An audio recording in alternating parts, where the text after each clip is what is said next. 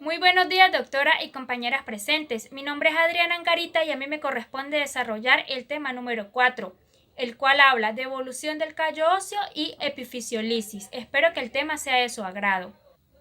Evolución del callo óseo y epifisiolisis. Damos inicio con lo que es la evolución del callo óseo. ¿Qué es el callo óseo? El callo óseo no es más que un tejido nuevo que aparece a nivel del foco de fractura y alrededor de este, el cual va a formar un puente que permite la unión entre los fragmentos, como podemos observar aquí en la imagen. Conceptos a tener en cuenta. Células osteoprogenitoras. Estas son células mesenquimales que ante estímulos específicos como una fractura se diferencian en osteoblastos. Los osteoblastos. Estas son células encargadas de formar matriz ósea. El osteocito. El osteocito es la célula principal del tejido óseo, se origina de los osteoblastos y tiene un rol principal el de mantener el tejido óseo adyacente y poseen escasa actividad metabólica. El osteoclasto son células gigantes y multinucleadas cuya función es el reciclaje óseo mediante la degradación y remodelación de la matriz ósea. Reparación del tejido óseo. El proceso por el cual el hueso repara una fractura se denomina consolidación. Hay dos tipos, una consolidación secundaria o indirecta y una consolidación primaria o directa. Iniciamos con la consolidación secundaria. La consolidación ósea ocurre naturalmente después de una disrupción traumática de algún hueso, como lo es en el caso de las fracturas. Es muy similar a la regeneración de los tejidos blandos, exceptuando que como resultado final el tejido se mineraliza, convirtiéndose posteriormente en hueso. Y esto va a ir seguido de 4 fases, las cuales vamos a ir explicando a continuación. Fase inflamatoria. Esta abarca desde el momento de la fractura hasta 1 o 2 semanas. Dentro del hematoma, las plaquetas liberan mediadores inflamatorios y factores de crecimiento. Entonces se produce una reacción inflamatoria con infiltración de neutrófilos y células mesenquimales. La aparición de mediadores inflamatorios es la clave para la migración de elementos celulares que participan en la consolidación. Fase de formación del callo blando. Esta dura varios meses, dependiendo del hueso comprometido y el tipo de fractura. El hematoma es rápidamente invadido por vasos sanguíneos, fibroblastos y condroblastos. Estos formarán una matriz de tejido fibroso y tejido cartilaginoso, denominado callo blando. Este callo blando es altamente resistente, capaz de estabilizar inicialmente la fractura. Fase de formación del callo duro. Esta también dura varios meses. Aquí progresivamente aparecen osteoblastos, que dan origen a tejido osteoide, progresivamente mineralizado. Aquí de un callo blando va a pasar un callo duro, que le va a conferir al hueso una mayor resistencia. Fase de remodelación. Esta dura de meses a años. Aquí el callo duro inicialmente es de tejido óseo esponjoso, inmaduro, que por actividad osteoclástica y osteoblástica se va a ir remodelando y formando un hueso maduro. Se establece así una transformación del callo a un tejido óseo con las características morfológicas y biomecánicas originales previas a la fractura. Hasta aquí hemos explicado las 4 fases de consolidación secundaria y traigo un esquema a acotación. Este esquema nos muestra que la primera fase, que es la fase inflamatoria, dura aproximadamente de 1 a 2 semanas. La segunda, que es la fase de formación del callo blando, dura meses, igual que la fase de formación del callo duro. Y por último es la fase de remodelación, que dura de meses a años. Consolidación primaria o directa. Esta se produce cuando existe un contacto directo entre los fragmentos de la fractura y estabilidad absoluta del foco. En este caso, se produce formación de hueso directamente en los extremos de la fractura hasta la consolidación. Este es el tipo de consolidación que se obtiene cuando se usan elementos de osteosíntesis rígidos, como por ejemplo en los casos de fijación interna con placa y tornillos. Aquí tenemos 2 tablas con factores que promueven la consolidación y factores que dificultan la consolidación. Entre los factores que promueven la consolidación tenemos las hormonas, un ejemplo es la hormona de crecimiento. Tenemos las vitaminas, como lo es la vitamina A, y tenemos los factores de crecimiento, como es un ejemplo el IL-1, y los factores físicos, como es el ejercicio y carga controlada.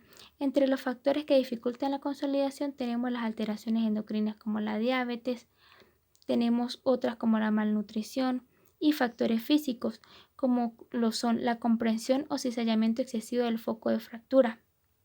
Continuamos con el segundo tema, epifisiolisis. Las lesiones de la placa fisiaria son exclusivas del hueso de crecimiento y representan alrededor de un 20% de las lesiones en niños. El daño de esta estructura puede tener graves secuelas, especialmente alteraciones del crecimiento, ya sea en el largo final o en el eje de la extremidad afectada.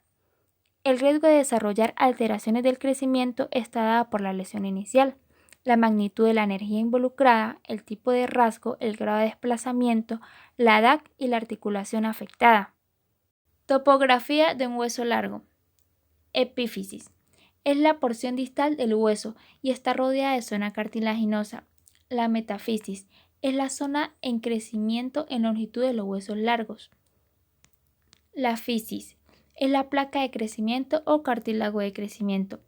La diáfisis es el cuerpo de un hueso largo y esta contiene cavidad medular. Epifisiolisis, definición. Estas son fracturas cuyo trazo cursa al menos en parte a través de la fisis o cartílago de crecimiento, pudiendo o no desplazarse la epífisis con respecto a la metafisis. Clasificación de Salter y Harris. La epífisis puede fracturarse a través de distintos mecanismos, afectando a la fisis en menor o mayor medida. Para ello, Salter y Harris clasifican las lesiones más frecuentes en 5 tipos, las cuales vamos a explicar a continuación una por una. Clasificación de Salter y Harris, la tipo 1. Aquí el trazo lesional cursa en su totalidad por la fisis, como se puede ver aquí en la imagen.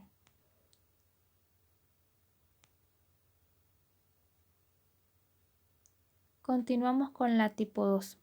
Aquí la fractura cursa por la fisis pero asciende hacia la metafisis, desprendiendo un fragmento metafisiario triangular. Como lo podemos observar, desprende un fragmento en forma triangular. Continuamos con la tipo 3. Aquí la fractura provoca discontinuidad de la epífisis y prosigue a través de la fisis, como lo podemos observar en la imagen.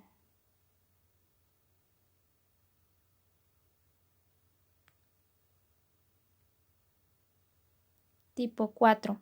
Fractura que se extiende a través de la epífisis, fisis y metafisis, como lo podemos ver aquí en la imagen.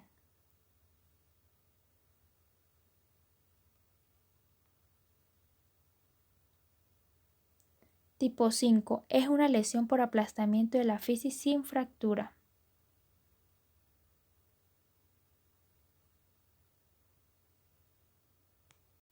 Para la clasificación de Salter y Harris, el tipo 1 es frecuente en niños pequeños y los tipos restantes aparecen más cerca de la adolescencia. Como acabo de nombrar, el tipo 1 es el más frecuente a nivel general y se localiza mayormente a nivel distal del radio, es decir, es la zona de mayor incidencia. Ahora nos vamos con el tratamiento. ¿Qué pasa en este momento? A diferencia del adulto, en el niño el tratamiento tiende a ser más ortopédico. ¿Por qué? Dada la gran capacidad de remodelación del hueso, en la mayoría de los casos se requiere una maniobra de reducción para recuperar la longitud, eje y rotación de los fragmentos, seguido de una inmovilización con yeso. Continuando con el tratamiento, para considerar el manejo conservador es necesario tener en cuenta 3 aspectos. 1. La edad. A menor edad, mayor potencial de remodelación. 2. Distancia a la fisis. Entre más cerca esté la fractura a la fisis, mayor capacidad de remodelación. 3. Dirección del rasgo. Antecurvatum o recurvatum remodelan mejor que el varo o valgo. Las indicaciones para el tratamiento quirúrgico son fracturas expuestas, fracturas intraarticular desplazadas según la clasificación de Salter y Harris tipo 3 y tipo 4, lesiones vasculares asociadas, fracturas con síndrome compartimental asociado y aquellas fracturas en las que falla la reducción cerrada. Epifisiolisis femoral proximal. Es el deslizamiento entre el cuello femoral y la epífisis femoral proximal, quedando este último posterior inferior. Es la causa más frecuente de dolor, claudicación de la marcha y limitación de la movilidad de la cadera en adolescentes, sobre todo en pacientes afroamericanos del sexo masculino, en una edad comprendida entre 11 y 16 años, y en las mujeres se presenta en una edad alrededor de los 10 y 14 años. La epifisiolisis femoral proximal se asocia a, número 1, obesidad, ya que el 70% está por encima del percentil 95, hiperactividad, retroversión femoral o alteraciones endocrinas que alteran la fisis, como es el hipogonadismo y el hipotiroidismo. Se asocia también a raquitismo renal y a síndrome de Down. Clínica de la epifisiolisis femoral proximal. Clínicamente se manifiesta por cojera y dolor con la actividad, que se localiza en la cara anterior del muslo proximal en un 2 o 3% de los casos, o en la rodilla 1 o 3%. Desde el punto de vista clínico se distinguen presentaciones crónicas con más de 3 semanas de duración y agudas que a su vez se dividen en estables, las cuales toleran la carga, e inestables, las cuales no toleran la carga. E incluso con bastones su movilidad es muy limitada y tiene peor pronóstico. En el rayos X. Radiológicamente en esta fase se observa desplazamiento o alteraciones fisiarias y metafisiarias. La existencia de desplazamiento puede detectarse trazando la línea de Clegg-Tretowan. Tratamiento. En las epifisiolisis agudas, estables y crónicas. Si el deslizamiento es leve o moderado con un ángulo de deslizamiento menor a 50 grados, se trata mediante fijación in situ sin reducción con un tornillo canulado. Cuando el desplazamiento es grave, es decir, con un ángulo mayor de 50 grados, se trata mediante osteotomía. Las epifisiolisis agudas inestables deben tratarse mediante reducción cerrada urgente y fijación con 1 o 2 tornillos. En esta imagen podemos observar la estabilización con 2 tornillos canulados.